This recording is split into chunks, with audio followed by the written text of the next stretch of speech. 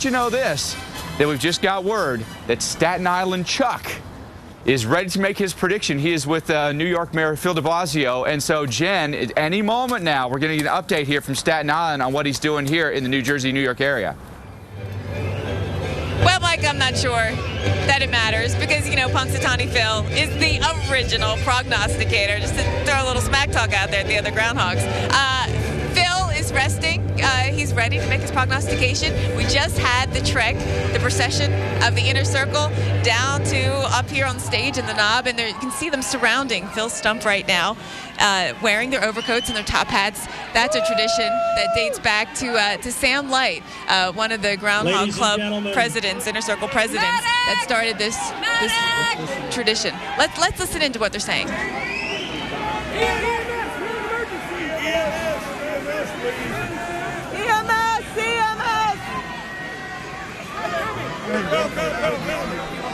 All right, so we're setting up on stage here. Emergency here. And back by the. We're going to we'll give you more as it develops here. But they're setting up here right on stage. The inner circles wear their top hats, their overcoats, and again, all part of an old tradition that Sam Light, one of the president of the Groundhog Club, started to treat Phil like royalty. Thank you. And you know the tradition of looking to a groundhog to make a prediction about what's going to happen for an early spring or 6 more weeks of winter dates back actually to the late 1800s here, and it's an old European tradition as well. All right, they're taken back to the stage. We're going to take a listen in as they start the ceremony here at Gobbler's Knob in Punxsutawney. I don't know, gentlemen. I'm not sure this could be a record-breaking crowd.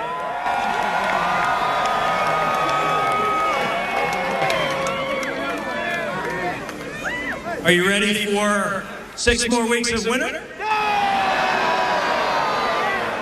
Or an early spring? Only the great Oz of weather forecasting knows. Gentlemen, let me introduce the inner circle, and then we'll turn this over to the handler and the president. I'd like to introduce first our former Vice President, Mike Johnson. And our other former Vice President, Rusty Johnson. And the man you've seen many times before also, our former President, William Cooper. Let me introduce the guys with their names. His protector, Bob Roberts. Head Hailmaker, Keith Shields. Shingle Shaker, Tom Dunkel. Sky Painter, Jeff Crew. The Big Chill, Jason Grusky. AJ Jerome, Rainmaker. John Johnson, Chief Health Man. Son of the former Chief Health Man. Tanya Birdie, the name fits him, Big Windmaker. And Cold Front, Butch Krishna. And your host, along with Mr. McGinley, Thunder Conductor, Dave July. And one of our older members, Iceman.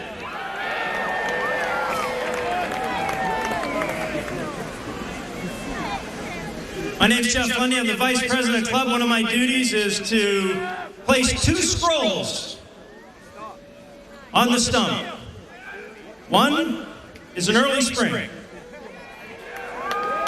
and one is 6 more weeks of winter.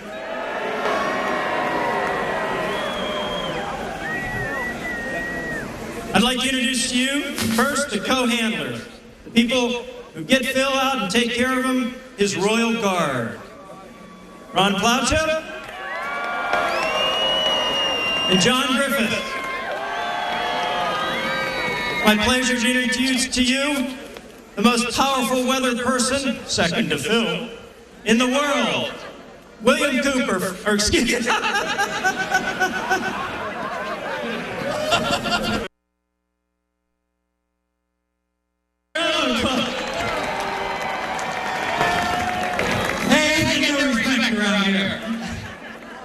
Hey, my job here is to wake Phil up, and how we're going to do that this morning, what is going to happen, I'm going to get my Arcadian cane that it was passed down from president to president with Phil's little picture on the front here, okay? And what'll happen is I'll tap on the doors, we'll wake Phil up, and our handlers will hold him around for the public, for the world to see, really, not just the public to see, for the world to see. And then we will determine whether we have 6 more weeks of winter or spring is right around the corner. Okay, to wake Phil up, we got to wake Phil up by calling his name. Phil! Phil! Phil! Phil! Phil! Phil! Phil! Phil! Phil! Phil! Phil! Phil! Phil! Phil! Okay, guys, time to get serious here. Mr. Plowchuck.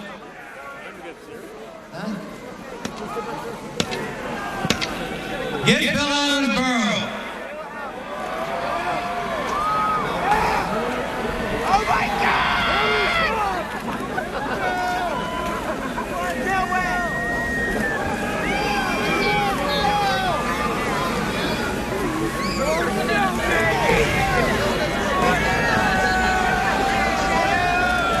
There he is.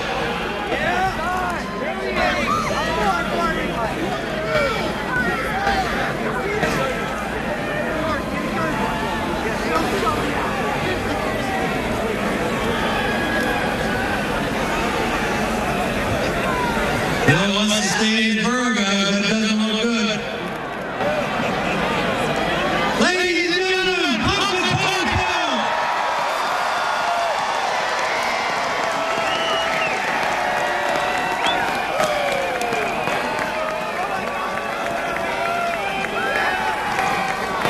Okay, guys, it's over.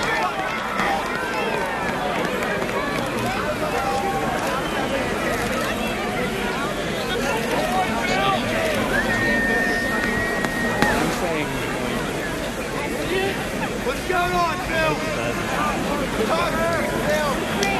Okay, Phil, you gotta talk to me, buddy. What do you think? What? Get it right for a change. Okay, I got you. Okay, we got a prediction.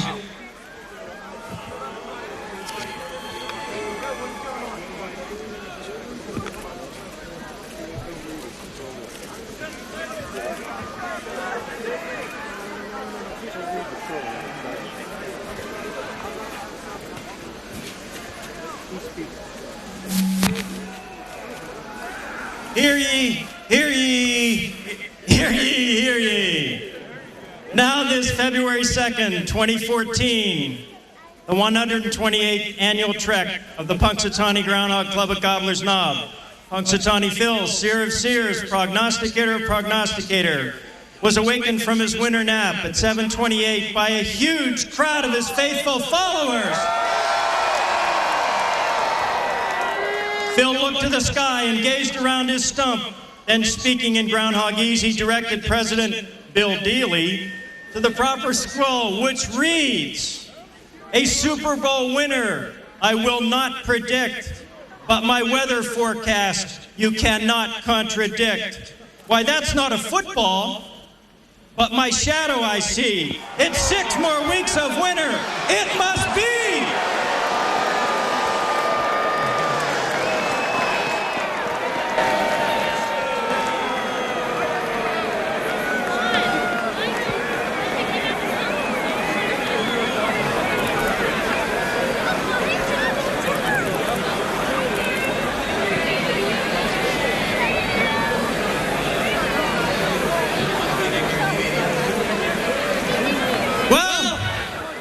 Get your winter coats out, put them back on. Nice day today, but tomorrow, the next day, what's it gonna be? 6 more weeks of winter weather. We want to thank all of you, every one of you, for coming here. You're the one that makes this the greatest, one of the greatest cultural events in the United States. We want to thank you. Did you have a good time? We're going to see you next year. Let me tell you, as they told you, you need to go to the buses there. We do have pictures with Phil afterwards. We'll be putting Phil up here. We have gentlemen who will be staying, and they'll try to assist you in taking a picture. We line up through here. We'll try to accommodate everyone as long as Phil lasts. He has some other events and activities downtown. All right. So this is why you can't call it in advance. It literally stopped raining, and there was a brief brightening of the sky anyway at the moment Phil came out of his burrow. He saw a shadow. You heard it. 6 more weeks of winter. Maria, that is news that nobody wanted to hear. Back to you. Jen, for the first time in what, 5 hours, the crowd was silenced. That was crazy. Everyone was stunned. We were stunned. You saw Cantore's face, all stunned. Jen, I don't know if you can see, but I'm here with Dr. Greg Postel and Alex Wallace joining me here. They are, did Phil punch you in the stomach? You guys look defeated. May as well have. It's okay. All right, guys, you know, he didn't see a football, he saw a shadow. 6 more weeks of winter. Do you think this is Phil playing it safe to kind of cover any additional winter weather? Because, you know, the week forecast ahead, there's plenty to go around. What do you think? You know, the question I always had is where is he forecasting? Right. Because if you think about it, right, if it's cold in the east for a while, if we have a pattern that's cold in the east, it's oftentimes balanced somewhere else by maybe being warm in the west. So I don't know if he's forecasting cold in the east, but I kind of can see it at least through mid-February. Yeah, we can see it. But all right, it's not that we want it though. That's the problem. Right. Yeah. Okay. So not to diminish Phil, but we have other groundhogs that we're also keeping our eye on. Yeah. We have Beauregard Lee. That's right. And I hear that Staten Island Chuck is going to be making his call soon. But all of these areas in the east, we have fog in Atlanta. We have the cloud cover in New York. So what do you think, Alex? Do you think that we're going to be able to pick and choose who we want to listen to? I think that's exactly what's going to happen. Whoever says early spring, yes, that's what we're going with. I think that's how most people feel right now. Or we could blend them together, some kind of like combination that minimizes their predictive errors. 3 weeks of winter, 3 weeks of spring, something like that. All right, we want to bring in our Mike Bettis, who's in East Rutherford. And Mike, you heard him say that he didn't see a football, so he incorporated the big game. He acknowledged it being Super Sunday. So what do you think of his call? I think he's drinking the Kool-Aid. I mean, are you kidding me? I mean, it's cloudy and it's drizzly. I mean, if he saw his shadow, I'm Ben Franklin. Because this is crazy. I mean, this is so. I mean, I'm calling it right now. There's some sort of conspiracy going on right now. If he saw his shadow, no chance. I have no idea what's going on there in Punxsutawney. Yeah, and I don't want to add to the theories, but Jim Cantore was on stage again. Oh. Coincidence? Oh, no. I mean, we know what happened last year, but I don't know. I'm monitoring the Twitter feed here, guys, and it doesn't seem like Staten Island Chuck has made a call yet, but you saw where Mike is. You do have the sun coming out. Yeah, and you know, how could it, even if it is cloudy, with all those flashing cameras and the fireworks and stuff, you'd think he'd see his shadow regardless. But I don't know. All right. All right, we want to head back to Punxsutawney, the scene of the crime, if you will. Jim Cantore and Jen Carfagno are there with the Inner Circle members. Guys. All right, guys, thank you. So, you know, there's only one guy who can talk to Phil, and that is Bill Dealey. He's the president of the Inner Circle. Bill, you speak Groundhogese. What'd you hear? Well, he just basically kept looking at me and said, "Hey, dummy, get it right, you know, whatever, okay?" Now, he just said, "Hey, I'm sorry." He said, maybe no more polar vortexes, whatever, but he said, we will. Oh, there we go. Yeah, we will have some more snow. He said, there is going to be 6 more weeks of winter. He said, I'm sorry. Okay, so this morning you come up to me about, 5:15, almost hunting me down in a way, to say, you know, this is awful, this drizzle. I mean, how's Phil going to see his shadow?